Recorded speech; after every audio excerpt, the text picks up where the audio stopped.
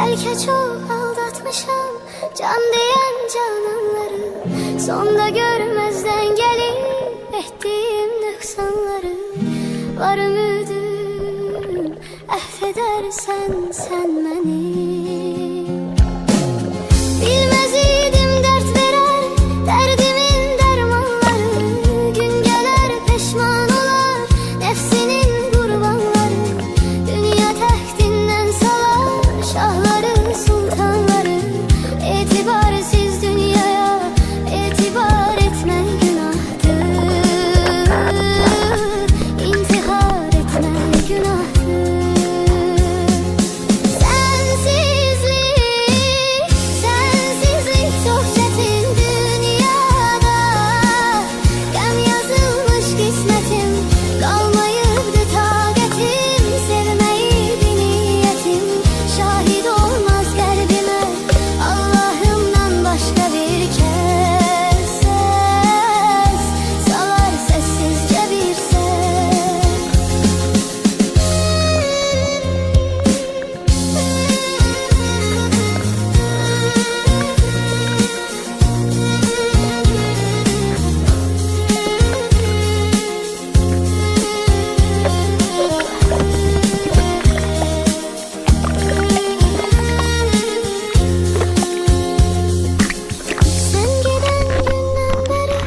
Tasvidir sözler seni, ruhum ardıncan gelir, kölge tek izler seni.